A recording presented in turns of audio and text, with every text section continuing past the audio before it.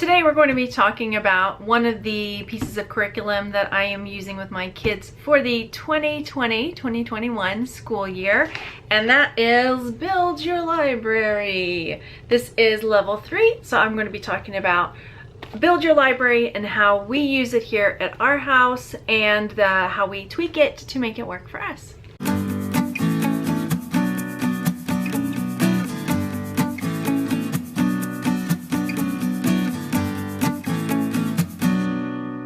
Hi, my name is Margaret. I'm an ex-elementary school teacher turned homeschool mom of two fantastic kids, ages 10 and 13.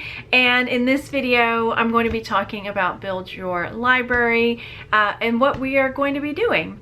So we used Build Your Library 2 years ago when we were very early in our homeschooling journey. And there were things that I wish I had done differently that led me to move away from Build Your Library last year, but come back to it this year. Last year we ended up just kind of winging it on our own as far as history, geography, science, reading. We did our own thing. We created our own units. And I wanted to come back to Build Your Library because it has a lot of things that tie in together, but then also there were areas that I could tweak the information to make it a little more secular. So some of the Build Your Library curriculum, it's not really heavily steeped in Christianity, but it's definitely more Christian leaning in certain perspectives as far as some of the history, but it's pretty easy to kind of veer it back with a few different books on different perspectives. But overall, it's fairly secular as far as a lot of the other curriculum, as far as a lot of the other subjects in the curriculum. So I wanted to talk to you about that. I want to show you Build Your Library and then also show you how I'm tweaking it. So I've got my own plan, and if you know me, it's just a roadmap. We frequently veer off from it and come back to it, which is definitely what we do with Build Your Library and any other curriculum that we use. Sometimes we set it aside, do our own thing, and come back to it, but it's a nice place to come back and land to start moving forward again. So let me turn the camera down and show you this Build Your Library level 3. And also, we are using, it says level 3, grade 3, but I don't pay attention to that. My kids are almost 10 and almost 13. So to me, the age level is not really what matters, because I can always scale things up to make it more challenging or down to make it less challenging. And it's more important to me that they're getting the concepts than, you know, what age is arbitrarily put on curriculum. So I chose level 3 because it was really focusing on America in the early years and the way that America was set up, especially with everything that's been going on in the world. I thought it was really important for my kids to learn about how America was founded and how the different conquerors that came and explorers that came were perceived, and to also give different perspectives about it, what traditionally has been taught, and then giving the perspective of the indigenous people. There's so many different perspectives, and it's important, I think, for the kids to learn that. Anyway, moving on, I'll get off my soapbox. As you can see, I've already started drawing all over it because what I do at the beginning of the curriculum, there's a book list, and it talks about what books you'll need for the history lessons, what books you'll need for the literature lessons, the books for now the literature would be like the read alouds that you're doing with your child, what books you would need for the readers. These are the ones the kids would be reading for their reading curriculum. Again, here it continues over poetry, science, art, and then it gives a good list of optional books. So I haven't gone through, I've only gone through so many weeks. I think I stopped on week 16 or 17 just to start getting a head start on what I think my year might look like. And then up at the top, this is a notes I jotted down to myself about books that, because frequently when I'm looking at books down here, there might be some that I want not to do, maybe because we've done them before, maybe because sometimes there are books that are a little bit outdated. and I wanted to give myself just a quick guide of like, oh, this would be a good book to kind of put in that spot. Now, what I do is I do buy the books that we need for the year. Some of them, you know, a lot of people check out from the library, but I like to have the books on hand, one, in case my kids want to look at them prior or afterwards, and then we're just a book family, honestly. So I definitely do that. The kids like to save books that they really like, so we definitely have a lot of books around the house, I'm just gonna say. So, you know, there are a few books here, like when I reviewed what Mandy was about, I didn't think it was one that my kids would enjoy. The One and Only Ivan we've already read, so I thought Number of the Stars would be a good, you know, one to put in that. Penderwick's we've already done, so I thought Bud Not Buddy. And then the Littles, I'm swapping out. So there were a few, as I said, swapping out for Island of the Blue Dolphins. We've been doing Native American stuff, and that's great because it continues on into this curriculum. All right, so just putting that out there that, you know, you can always swap things around. Now, we never did the narration cards previously. We just didn't when I did it before, so I'm not sure that we will, because some of them are easier or things that my kids might not do, but they're there because every now and then it'll ask you to do a narration card. So another area here, copy work. Sometimes, and I'm not sure this year, I'm going to be doing the copy work that comes with each chapter. So you may wonder, why are you doing this curriculum if you're changing everything? I like the roadmap that it provides, but what we're going to be doing, I got some of these Draw Right Now books that we'll probably be doing for the copy work instead. Because my kids, even though they're older, they really need help with handwriting. They have fine motor issues, and so I thought this would be a nice one, since the ones I got were about early America, so, and Native Americans.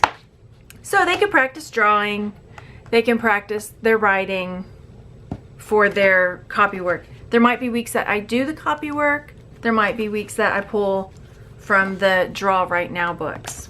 I'll link these below, and I'll do a separate video talking about these ones.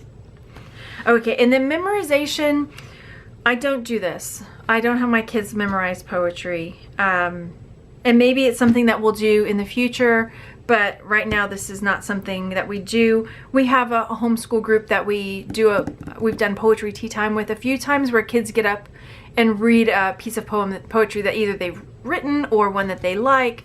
So they have an opportunity for public speaking, which is the point here, I think.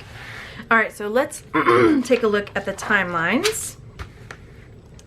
Now, this is the first week, and as you can see, I've already drawn all over it. So week 1, I put here that all of this stuff about the Holy Roman Empire and the riches of Spain, which is going to lead into Columbus and all of the people starting to come and conquer. I wanted to start with the continents and start with a little bit of geography, because I think it will be more beneficial for them to be able to see, like, okay, here's America, here's Spain, these are the different areas that we're going to be tackling. So when we start talking about, you know, oh, here, you know, let's talk about Rome, this is where that is, and we've got a map that we can work with. So I thought that would be more beneficial. So I said continents and start with early American explorers, ones that are not touched on here. So this one, the curriculum, as I was looking through it, seems to have been talking more about European, more like Spain, Italy, but it didn't tackle early explorers, say, from Scandinavia. So I wanted to touch on that as well, because some of those explorers came over even earlier than Columbus. So I thought that was important to get in there. So I put to myself, this all here, I'm going to start that week 3. Anyway, so here I'm saying that's our read aloud, and then here I've changed this from the Littles to Island of the Blue Dolphins. Now also with that, with Island of the Blue Dolphins, I ended up going on to Teachers Pay Teachers and getting an Island of the Blue Dolphins, where did I put it? Is this it? No, nope. I'll have to go find it. a unit study that would break down different activities for different chapters, for review, for vocabulary. So this is something that I pulled separately, so I would have curriculum, so I have that somewhere else.